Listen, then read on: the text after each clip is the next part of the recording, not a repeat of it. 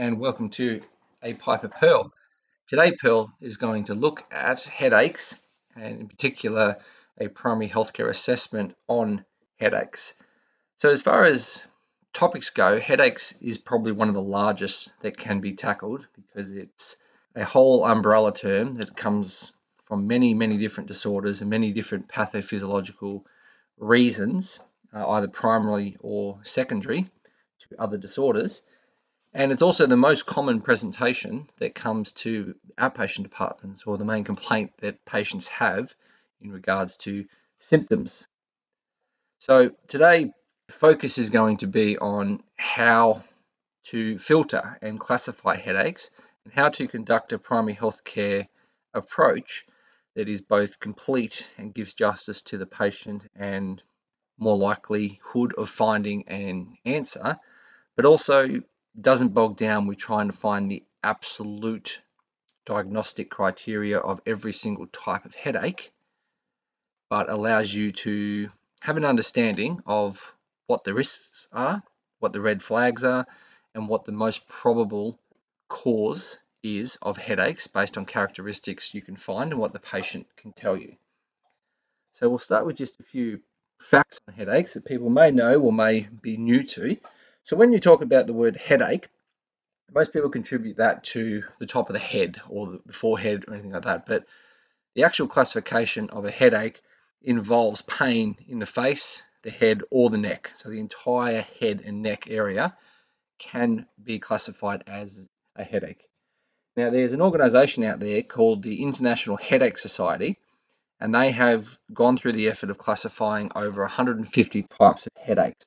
But certain literature out there suggests that there's more than 200 types of headaches. So for me to go through every single one, well, you would have turned off already. Now, the most common presentation that often goes unlooked. So if you have a patient that rocks up again and again with headaches, the most common cause of that particular headache is actually a respiratory infection. So a respiratory infection is not the most common reason that people get headaches, but if they're presenting to the outpatient departments over and over again with signs of headaches, then it's most likely a respiratory infection that most people overlook. In the short term, the causes of headaches are numerous, but if you look at things like dehydration, fatigue, sleep deprivation, stress, the effects of medication in overdose or overusing, and recreational drugs. We also have withdrawals from those drugs, viral infection, people exposed to loud noises, obviously our head injuries. You have that sensation of drinking and eating cold food too quickly. And then there's also all of your dental and sinus issues as well that cause headaches. So there's some common everyday things that cause headaches. Now, of the 150 types of headaches that are out there, the most common one that people suffer from is actually what's known as a tension headache, which we will spend a little bit of time talking about with some tips and tricks. So literature suggests that 22% of headaches can be tension headaches, but there is supporting evidence out there that suggests that a lot of tension headaches are misdiagnosed because clinicians can't find the actual answer. So something that is actually caused by a tooth abscess often gets diagnosed as a tension headaches because it's easier. So just be aware of that. Migraines are more common and more underdiagnosed than people think. So about 12% of people who suffer from headaches will get migraines. And the old classic eye strain, looking at a computer screen too long, that sort of thing, is a very, very rare cause of headaches. As too is the classic hypertension, to the point that if you have a patient suffering from headaches and they also have a high blood pressure, it is recommended that you can complete a full investigation to try to find an alternate cause, because it is more likely to be something else than it is to be hypertension. Okay, we'll move on to defining the pathophysiology of a headache. Now, because I mentioned the 150 types in the umbrella term, there isn't a pretty picture that I can give you that sort of really nicely defines the pathophysiological approach of headaches. Because all these competing reasons all come in under the same umbrella, it's very difficult for people to classify what is actually happening that causes a particular headache. So what has happened to make this a little bit easier and almost like a giant filter, if you will, is they've broadly classified headaches as either a primary headache or a secondary headache. Now, primary headaches are the most common, but they're also the most difficult to understand. Secondary headaches are actually quite easy to understand because they come from a result of another condition. So if you already have a pathological state, then it's easy to track down why that's causing pain in the area around the head. Okay, whereas primary, it's pretty difficult because the brain itself, as you may maybe not intuitively know, but the brain itself doesn't actually have sensitivity to pain. It interprets pain, perceives pain, but doesn't actually have a lot of pain receptors.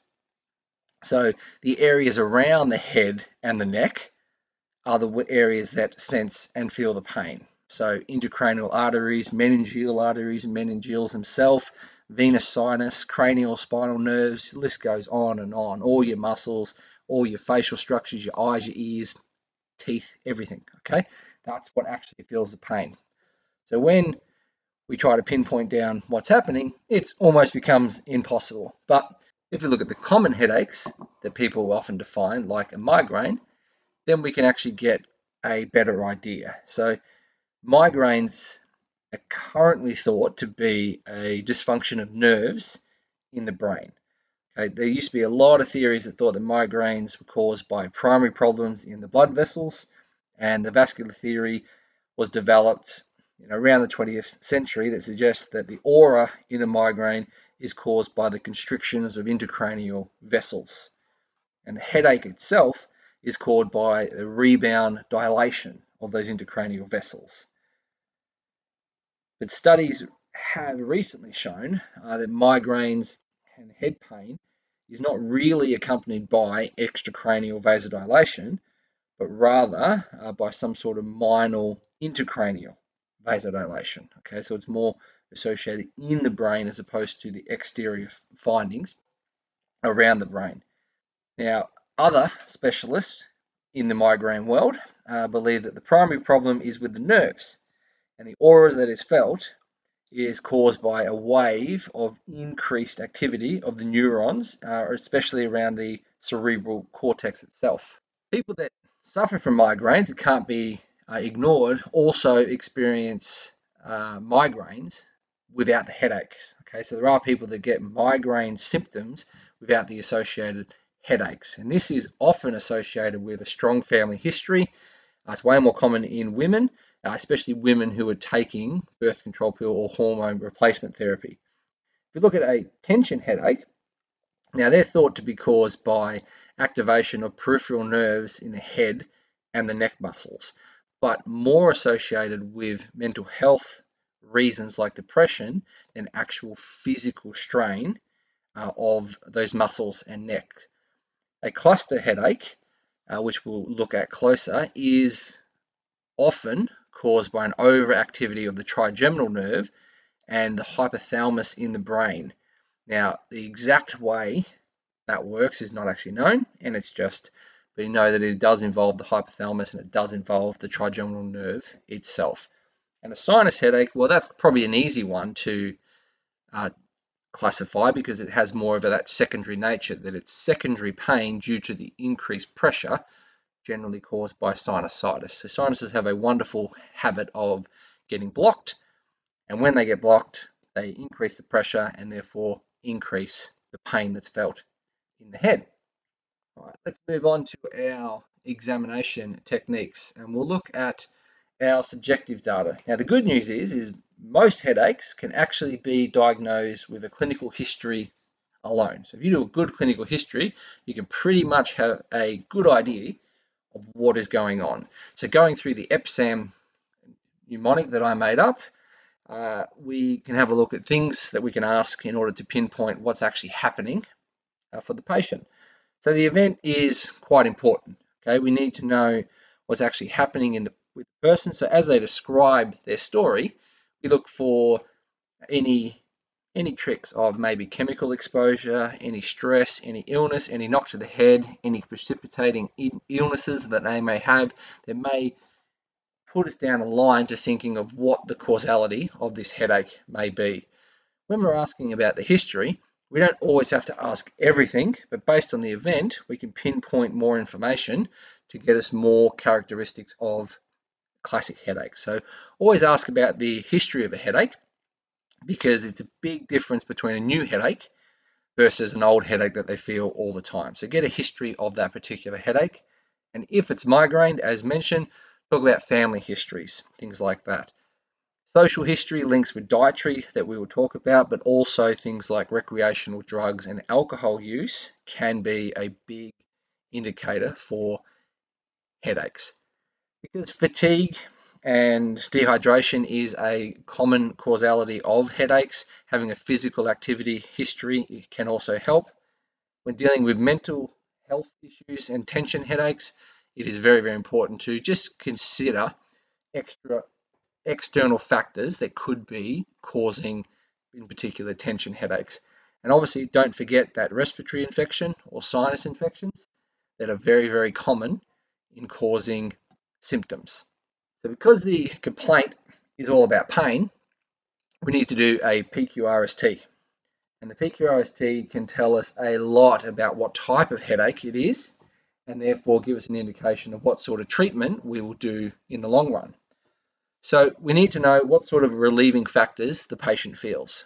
Because if they already have a telltale sign, as most people who suffer migraines do, then why change it? If it's a chronic thing and all they're doing is seeking the means to do that, then why even bother changing that? Okay, so what relieves the pain?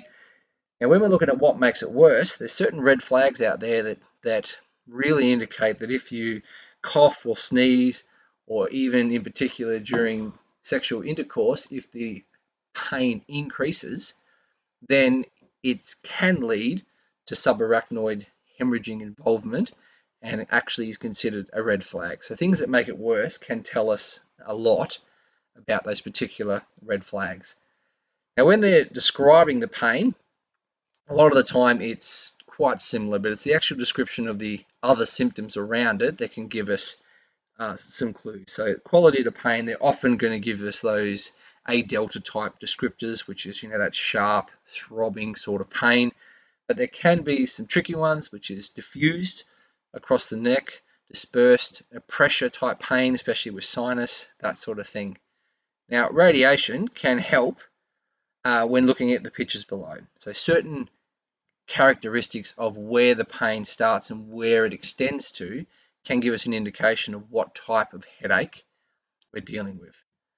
Severity is used to define whether or not it is an intense pain, so high levels of pain in a headache is a red flag, and often an indication of something quite sinister, same as sudden onset, things like that. But also ask those contributing factors of how the headache interferes with their life, as it gives us evidence for what sort of restrictions, what sort of treatment we need to give this person, and also how debilitating it is.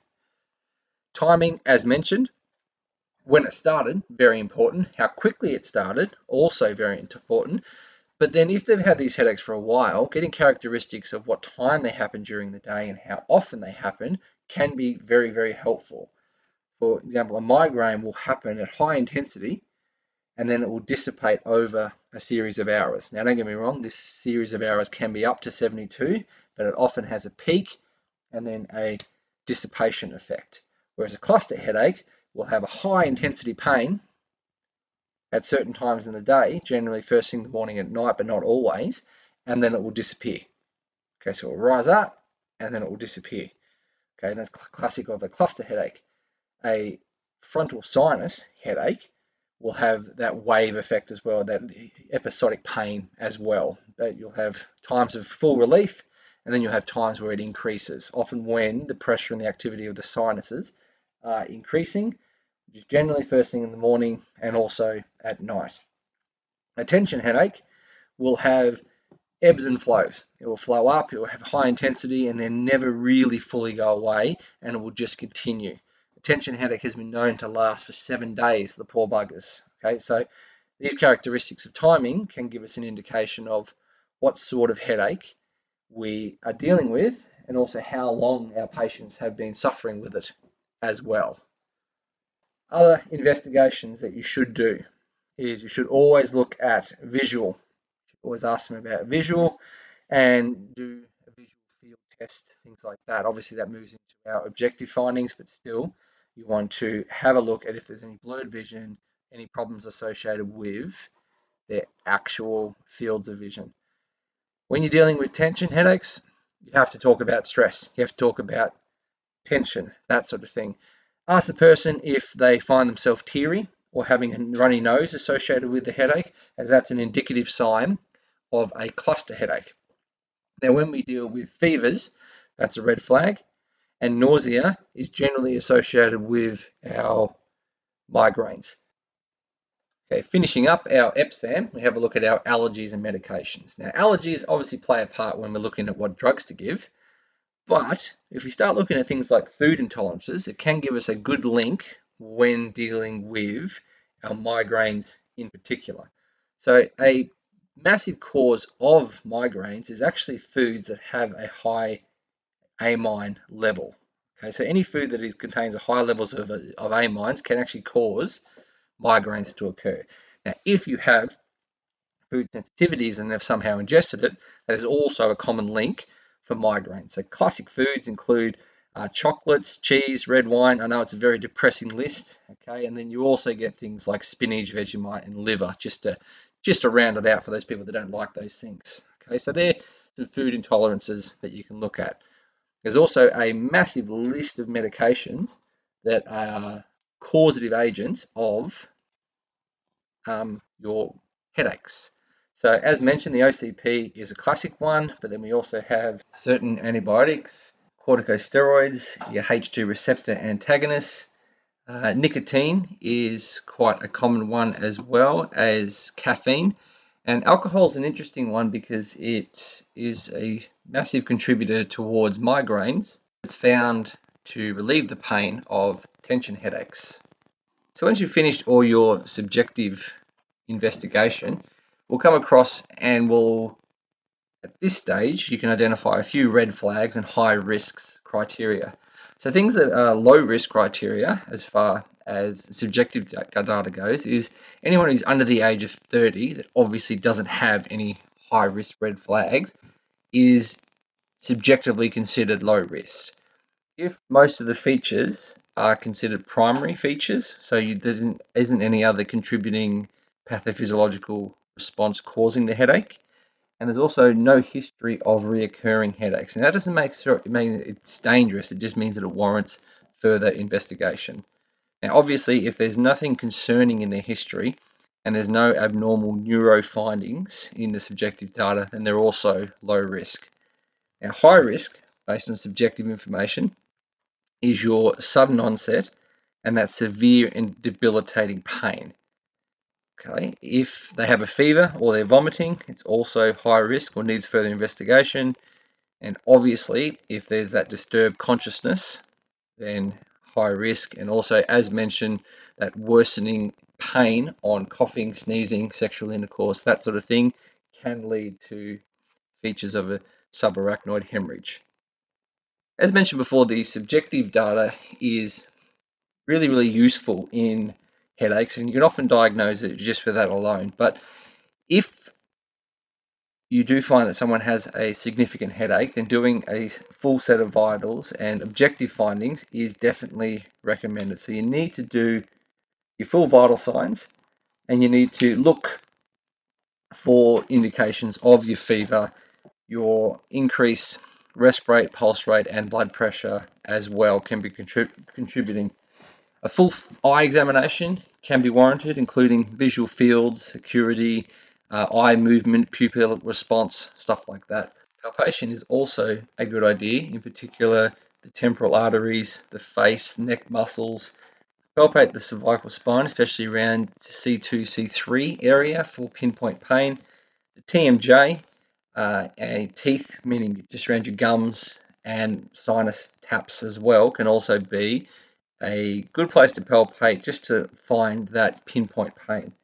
Now, if there's any indication of anxiety, depression, tension, anything like that, then a mental status examination should really be done to rule out the possibility. So anxiety is a leading cause of tension headaches, but headaches in general have a huge contributing factor towards depression as well. Now, if you believe it's warranted, you can also do a sensory and motor power examination. Once your objective investigations are done, then we have a new list of red flags. So obviously, if anyone has that altered level of consciousness or cognition when asked to do tasks, then that's a red flag. Meningism is basically a sign associated with irritation of the meninges, and the most sensitive test that we have for that is called the jolt accentuation test. And it's a test that involves the person moving their head across the horizontal plane, so basically looking from far left to far right, 2 to 3 times a second.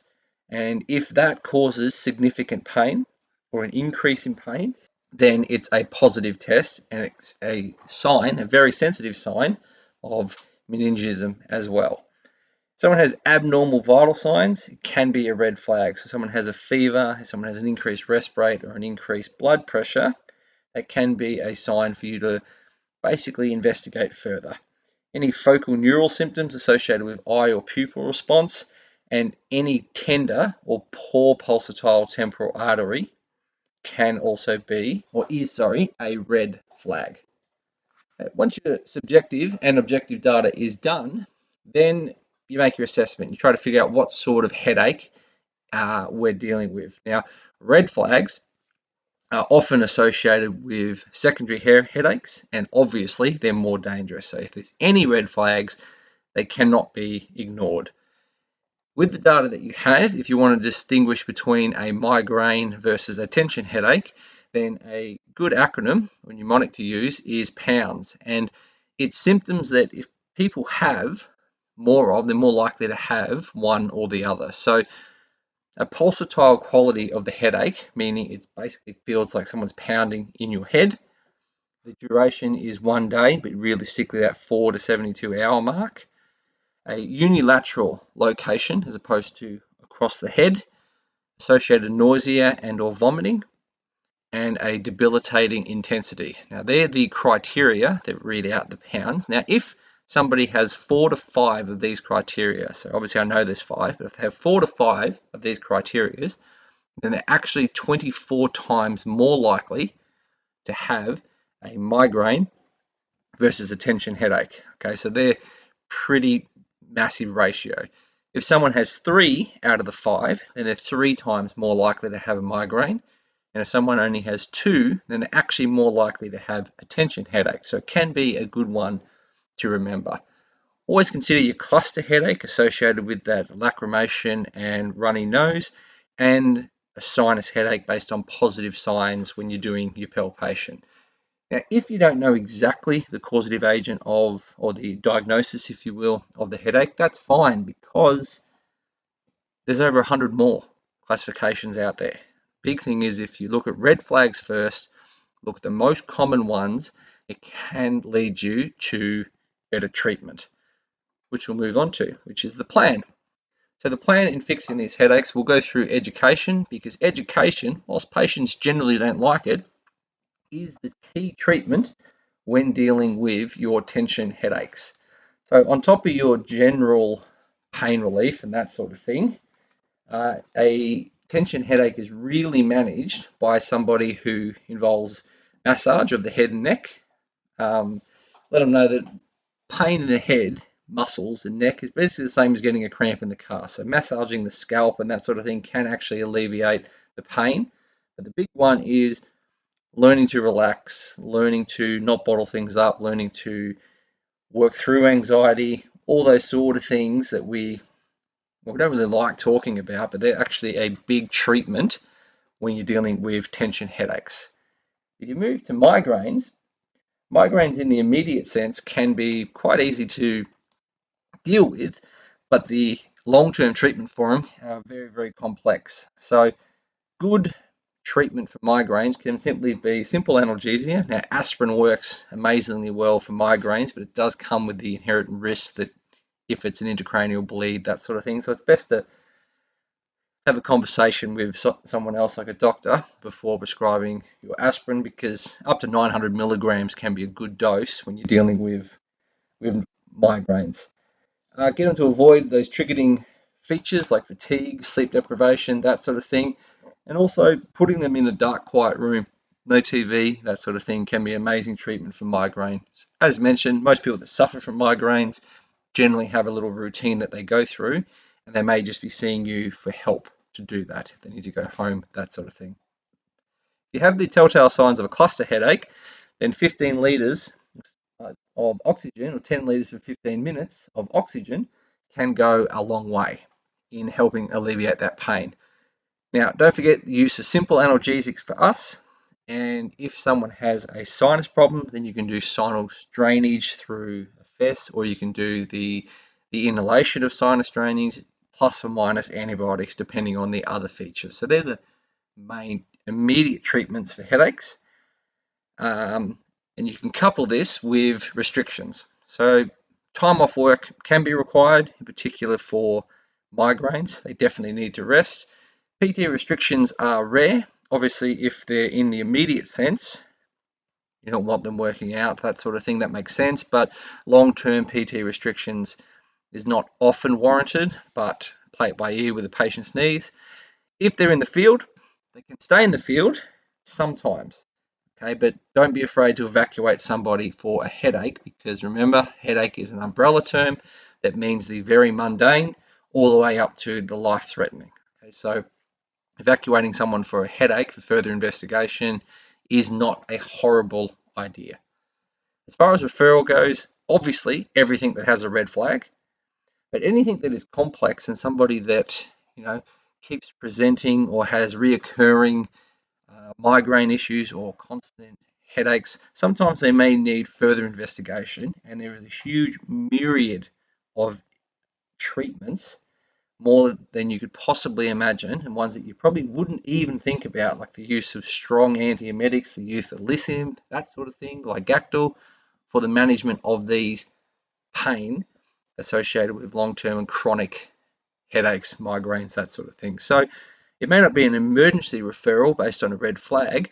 You may also want to book them in for a more comprehensive appointment to deal and discuss the chronic management of their pain. Okay, that brings us to the end of the Pearl, dealing with headaches. Quite a large topic. I completely understand. Huge amount of information going through there. May have to go through it a couple of times to digest. Just takeaway note, when you're dealing with headaches, it's very easy for clinicians to dismiss headaches or jump on the first thing that comes to their mind. Generally, dehydration. Unfortunately, eye strain gets mentioned a lot. Postural changes, all these assumptions that get made all the time on people's headaches. It's always recommended to do a full workup, so a comprehensive subjective investigation coupled with necessary objective findings to really try to get down to helping the patient out and have them in a situation where they can control their symptoms and hopefully be free of headaches. But until next time, take care.